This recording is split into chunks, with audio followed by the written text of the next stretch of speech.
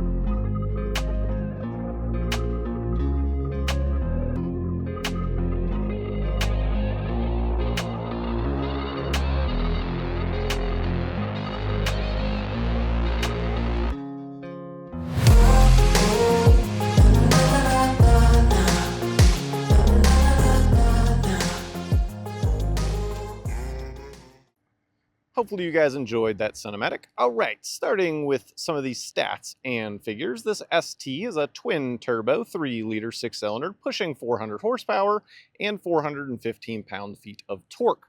Transmission is a 10-speed auto. Drivetrain is rear-wheel drive or optional 4x4. Tester today is rear-wheel drive.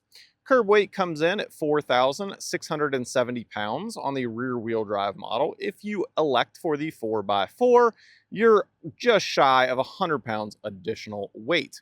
Now, with all of those stats, it's going to be pushing it from 0 to 60 in about 5.2 seconds. Towing capacity is 5,000 pounds. MPG is 18 city, 25 high with a combined average of around 21 MPGs. Overall vehicle dimensions, talking about length, we're at 16.5 feet, width is around 6.6 feet, and ground clearance is about 7.8 inches. Pricing starts at around $39,755. That is on the base, aka the active trim level. Tester today is about $57,895, including the destination charge. All right, we are here in the rear. In order to pop the rear hatch, if you go right underneath the letter R, it is right underneath there. Press and up it will go. Now, back here, you can see there is a third row. I do have it folded down at the moment, and you do have buttons right over here that they are power controlled.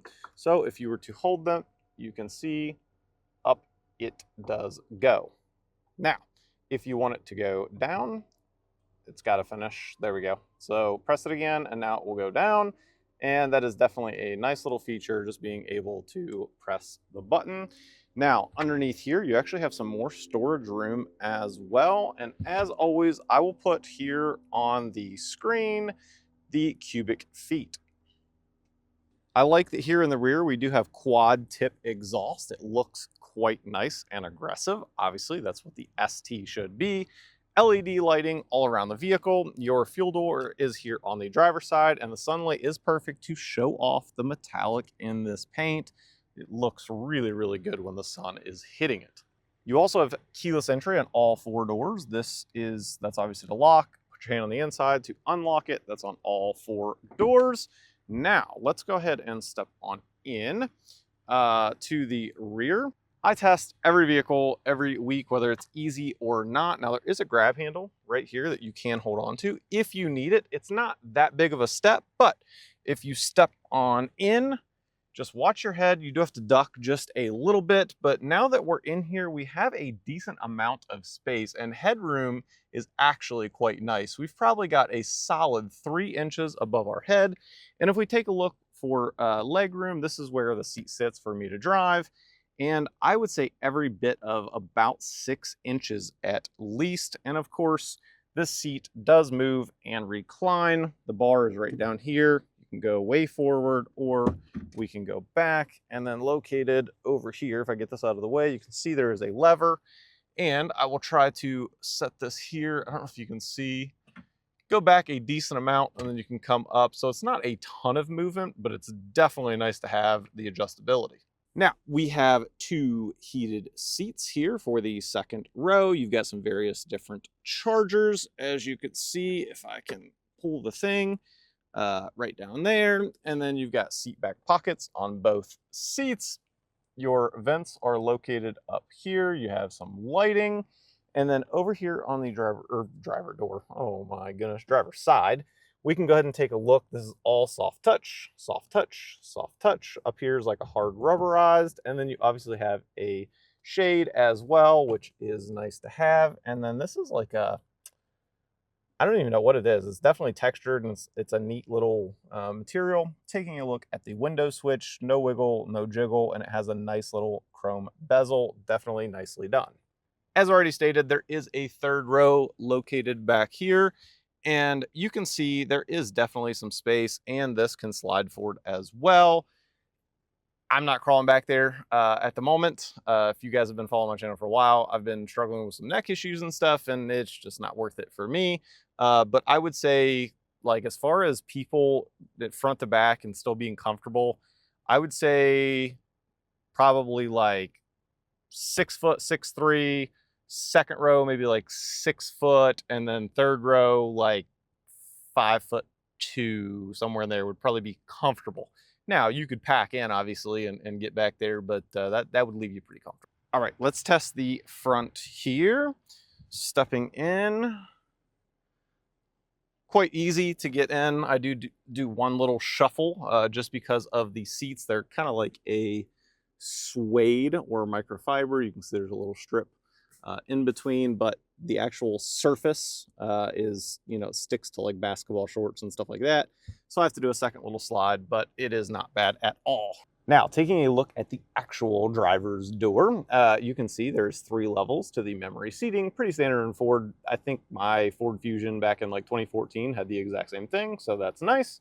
And then obviously all soft touch all through here as well, very similar to the rear door. You do have power folding mirrors and all your mirror adjustments. Now that we are in here, taking a look at the steering wheel, you do have lane centering. You also have adaptive cruise control. It does have Blue Cruise. Of course, you have to purchase it.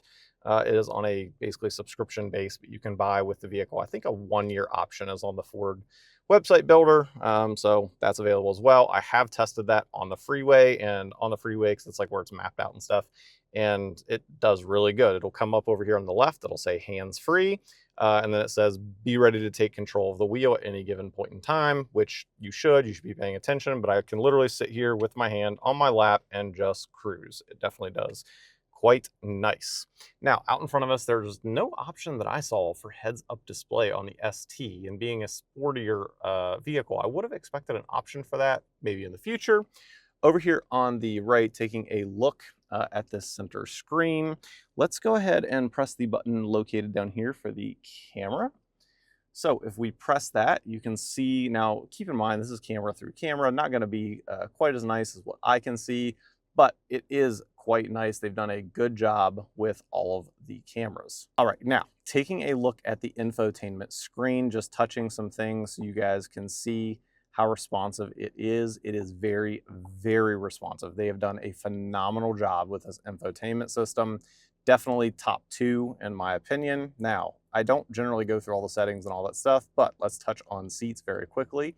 You can see up here, you've got a massage button for the front 2 seats. I like the full recovery. Now, it's not a full-on massager. I think Ford technically calls it like active motion or something to that effect. But you can see down here, it's got like a ball at a light, and it literally, that feels the most like a massager. And then the back is more just rolling the lumbar, which still feels good, just so you know. And of course, you can switch it over to passenger if need be, but we're on driver, and you can change through various different settings on that. Ambient lighting is located right up here. You can see various different colors. You can change your brightness, and then over here, it will indicate where it is lit up. Hopefully you can see the little touches. Like if I were to make it orange, you can see them change. So it does have nice ambient lighting. And I think it goes without saying, but you can see right here, heated seats, heated steering wheel, ventilated seats as well. Moving on down here, you do have a wireless phone charger, which is great. Auto stop start, I always turn that off, just me personally. You can do whatever you would like. Press this button down here. We've got some more storage. It is actually pretty deep, and a few more chargers located right down in there. You have your park, reverse, neutral, drive, and then down here you have a drive mode. So if we were to flip it, we can go over here and you can see there's different little animations, if you will. So trail, slippery, normal, oops, eco, sport, and tow/haul. Pretty cool little animations that Ford has done. I find myself in normal majority of the time. Working our way back, you have a very large center console. Up above, we have garage door openers. Obviously, this is a press car. I only have it for a week, so you can see I have mine located there. Not going to program it for a week. That would be quite hilarious. Sunglasses holder, and then you can see this one does not have the panoramic roof, but of course that is optional. It's between $2,000 and $2,900. I don't remember the exact price, but it's in the region. It's on the Ford website builder, so you can definitely get that if you would like. I think we've covered most of the interior. One thing, this is kind of new. I haven't done this before, but I always check blind spots and stuff whenever I'm driving so you guys can see. But very quickly, before we even start, let's go over our blind spots. And I'm going to hold this exactly in the view that I can see. So if I am checking over my blind spot, you can see the pillar is kind of thick, but you can see through the other window. And of course, it does have blind spot monitoring located right there. And then checking over to our right, this is what you would see. You can see the third or second row headrest kind of blocks that back window just a little bit, but you can still see quite well. And with that said, let's get it out on the road. As we get this ST out on the road, my first impression was honestly the looks. I think it is kind of funny because obviously the Explorer is like known, honestly, at this point for police vehicles. And honestly, even driving this thing just around, like there's times where like I'm coming up on someone and it's not like I'm really speeding. I'm doing like 2 over or something.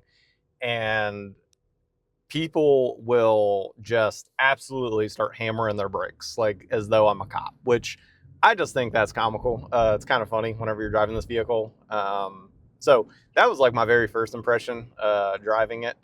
Now that that's out of the way, just because I figured you guys would get a kick out of that. Not whenever you're on the other end of it and you think it's a cop, then you're like, ugh. Which in all seriousness, I do thank police for everything that they do. Now, there are obviously a few bad apples for the majority, just like anything else, anywhere else you work.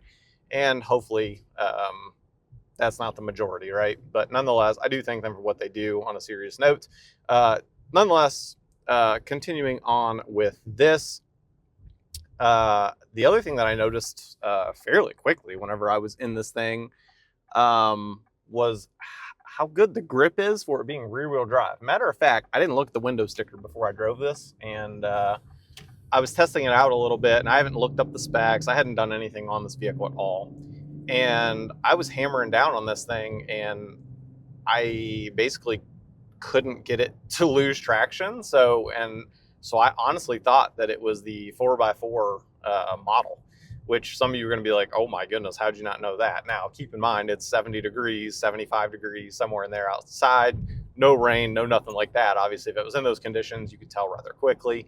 but just on dry pavement, nice, beautiful day, like hammering on it, like there was no traction issues. And I was genuinely impressed.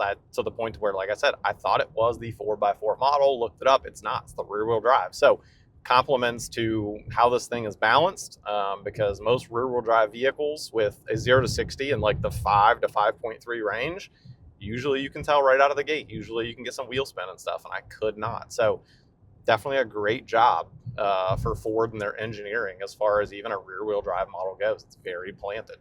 Now, we got to touch on suspension, and then we'll touch on some of the noises here in a second. I've got 3 categories, but we're going over the cattle guard here. We do it every single week, so let's see how it does in normal mode. Yeah, suspension, very, very good. Noise, very maintained. Speaking of noise, wind noise, don't hear hardly anything, very quiet. Now, my 3 categories are wind noise, which that's like vehicles passing by you, obviously if it's windy. And then also you have powertrain noise. This thing, you can hear it upon acceleration, which in my opinion, it's an ST. I want to hear it when it's accelerating. If you don't, go with the Platinum, right? Like, to me, the Platinum maybe should have reduced noise. Now, I haven't driven the Platinum. I don't know. I can't speak on whether that's, changed at all or not. Nonetheless, you're probably understanding my point. Now, 3rd category in noise is wheel noise. These tires, wheels, you can hear a little bit, but I think it's very maintained. I think it's very good. It's definitely on point for the price and the category of what this is. If I wanted it quieter, I would go Lincoln, right? That's generally what the sequence and how it goes, and the price tag reflects it. It's not just badge engineering like some people like to think it is. It's not. And again, for this category of vehicle, I think it's very, very good. And I've said this before and I'll say it again, a lot of these new vehicles are coming along so nicely that I sound almost like a repeat, and it is what it is. They just keep making them better and better. And that wasn't the case even 5 or 6 years ago. Many vehicles were not the same. You'd get a new vehicle and you're like, not worth it. But they keep making these things so stinking good that you got to give them credit where credit is due. Now, let's put this thing into sport. And I can feel the steering stiffen up just immediately. And let's take this turn at like 20 miles an hour, 20. I mean, pretty planted. Obviously, it's, not small, and so you have a little bit of body roll, but it's fairly planted. Steering, like I said, stiffens up as soon as it's in sport mode, and then if I go back to a normal, it's a little bit looser. I can literally move the wheel and it doesn't have quite as sharp of an input. So the throttle response also changes, gearing changes, everything in sport mode. So they've done a nice job at programming the modes. Eco, obviously you can put it down, the pedal down pretty far, and it's not really going anywhere. Again, conserving fuel, that's what it should do. So all of the drive modes have done quite well. We've already touched on blind spots. That was the first time I kind of showed you guys exactly what I see. Hope you guys enjoyed that. Comment down below what you think. Also, a quick reminder, this is a press car. The OEMs watch and read the comments on these videos. They want to hear your input, so that way they can continue to cater to their customers. So again, don't be shy, comment what you like. Now, you could have an educated comment versus just, this something sucks. Explain it, why, and maybe, I can come back with, again, I have a supply chain background. There may be a cost reason as to why they can or can't do what you are thinking. But again, they do watch these videos, so be sure to comment down below if you are a potential owner or owner of this vehicle. All right, we are going to be coming up to an S turn here, and this is where we are going to test the brakes. We're going to test some acceleration. So here we go. We're in sport, and so you can get it kicking on a turn, but in a straight line, it's very good, and it will absolutely throw you in your seat. Hammer on the brakes, hammer on the brakes, hammer on the brakes, and all right, release. Come in, and it doesn't look like much on camera. We have some G-forces going though, and again, remember, I'm a Corvette owner. I've driven GT350s.